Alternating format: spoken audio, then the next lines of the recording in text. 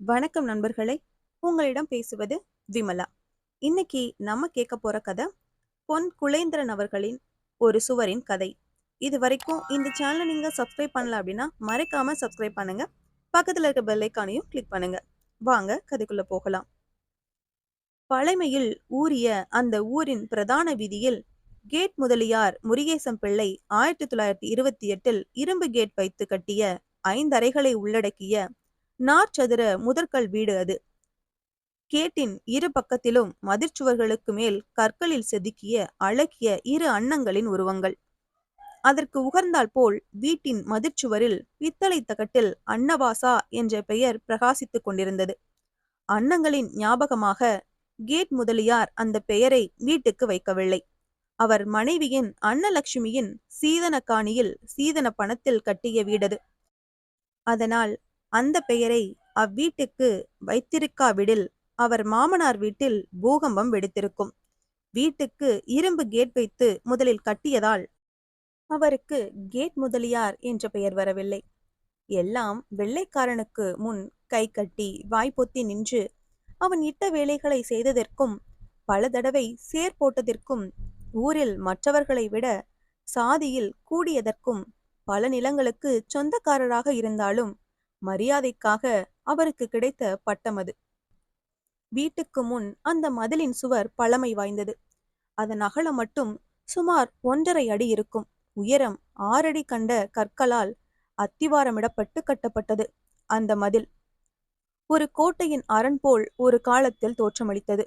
சாதாரணமான தற்போதைய சுவர்களுடன் ஒப்பிட்டு பார்க்கும்போது அதற்கு தான் உயர்ந்தவன், பலமானவன், முதிர்ந்தவன், அகண்ட மனம் கொண்டவன், அனுபவசாலி என்ற பெருமைகள் வேறு. அதோடு கூட கேட் முதலியார் வீட்டிற்கு பாதுகாப்பு கொடுக்கும் கம்பீரம் கூட அதன் அமைப்பில் தெரிந்தது. சுவர் உருவாக்கப்பட்ட போது பளிச்சென்று வெள்ளையெடுத்து புது மாப்பிள்ளை போல் அழகாக காட்சியளித்தது. தலை மயிர்களைப் போல கூரான கண்ணாடி துண்டுகள் அதன் மேல் பகுதியை அலங்கரித்தன. விளம்பரம் ஒட்டப்படாது என்று கொட்டை எழுத்தில் இரு சுவர்களிலும் ஆரம்பத்தில் எழுதியிருந்தாலும் யாரோ சில புத்திஜீவிகள் ஆனால் எழுதலாம் என்ற சொற்றொடரையும் சேர்த்து எழுதிவிட்டு தமக்குள் தங்கள் கெட்டிக்காரத்தனத்தை பாராட்டிக் கொண்டார்கள். குட்டிச்சுவர்கள் இதுகள் என்று சுவர் தனக்குள் எழுதியவர்களை திட்டிக் கொண்டது. தானும் ஒரு காலத்தில் குட்டிச்சுவராக போகிறோமே என்று அதற்கு தெரியவா போகிறது? கேட் முதலியார் சுவரை உயர்த்தி கட்டியதற்கு அன்னலட்சுமியின் அழகை காரணம் காட்டினார்கள் ஊர்சனங்கள்.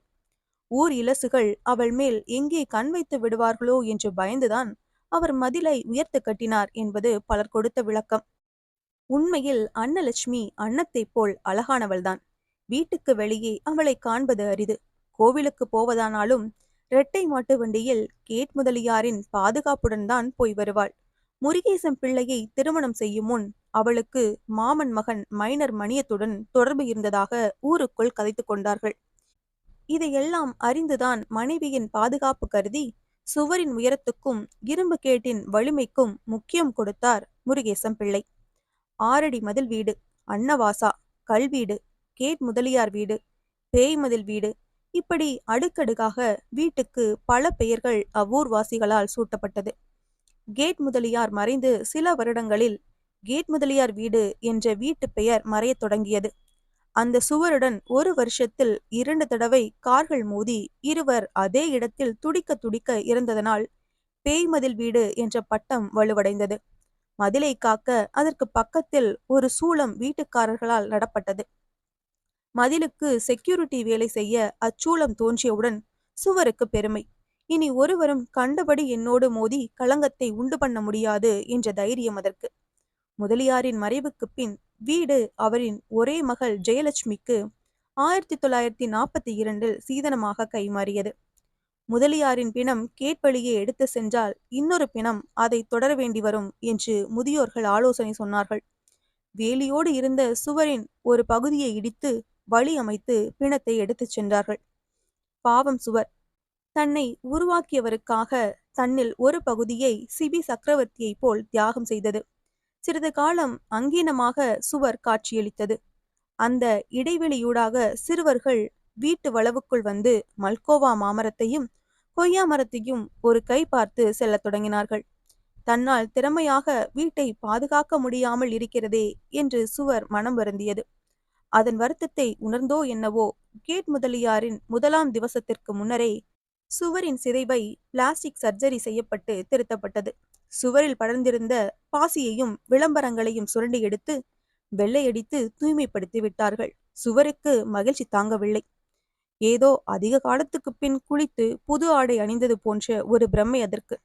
சில நாட்களில் சுவருடன் சேர்ந்து 2 வாழை மரங்கள் நடப்பட்டு மாவிலை தோரணம் கட்டி மேளமும் நாதஸ்வரமும் கேட்டபோதுதான் சுவருக்கு விஷயம் புரிந்தது. முதலியாரின் பேத்தி விஜயலட்சுமிக்கு கல்யாணம் என்று. சுவர் ஓரத்தில் கிடந்த கல்யாண வீட்டு சாப்பாட்டை உள்ளூர் சொறிநாய்களும் காகங்களும் போட்டி போட்டுக்கொண்டு சாப்பிடுவதைக் கண்ட சுவருக்கு ஏதோ தான் இனாமாக சாப்பாடு போடுவது போன்ற உணர்வு. ஆனால் அந்த சொறிநாய்கள் சாப்பாட்டுக்குப் பின் தன்மேல் மலசலம் கழித்துவிட்டு போனபோது சுவருக்கு ஆத்திரமாக வந்தது. நன்றிகெட்ட நாய்கள் என்று மனதுக்குள் திட்டிக் கொண்டது. விஜயலட்சுமியின் கணவன் ஒரு கட்டிடக் கலைஞர். அவருக்கு சீதனமாக கிடைத்த வீட்டை திருத்தியமைக்க விருப்பம். மதிலை இடித்து புதுமையான வடிவத்தில் கட்ட வேண்டும் என்று திட்டம் போட்டார். தனது விருப்பத்தை மனைவிக்கு எடுத்து விளக்கினார்.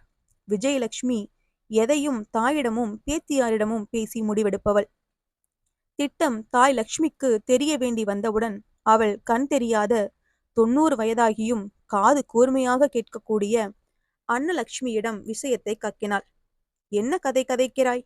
இந்த வீடு உன் அப்பாவால் வாஸ்து சாஸ்திர முறைப்படி கட்டப்பட்டது. அந்த மதிலை பார், அது கூட நல்ல நாள் நட்சத்திரம் பார்த்து அத்திவாரமிட்டு கட்டப்பட்டது.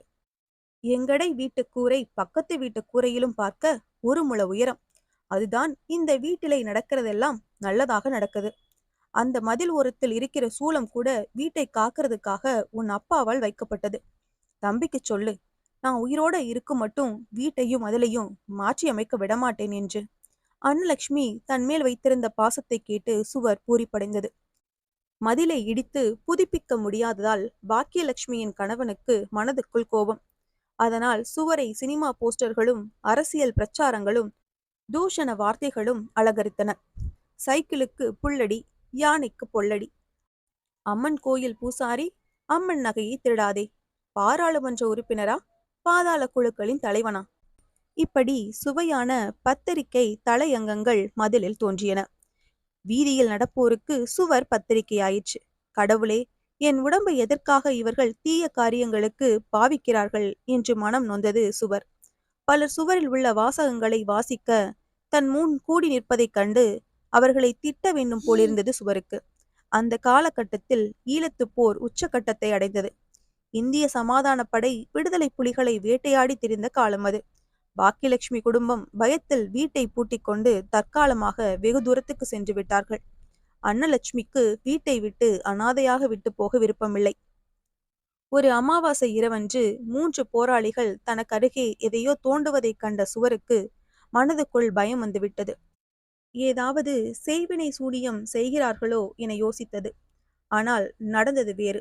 அடுத்த நாள் காலை அவ்வழியே இராணுவ வாகனத்தில் சென்ற 5 இந்திய அமைதிப்படை வீரர்கள் கண்ணி வெடிக்கு பலியானார்கள். அவர்கள் உடல்கள் சிதறி தெரித்தது. சுவரும் வெடியில் சிதைந்து குட்டிச்சுவராயிற்று.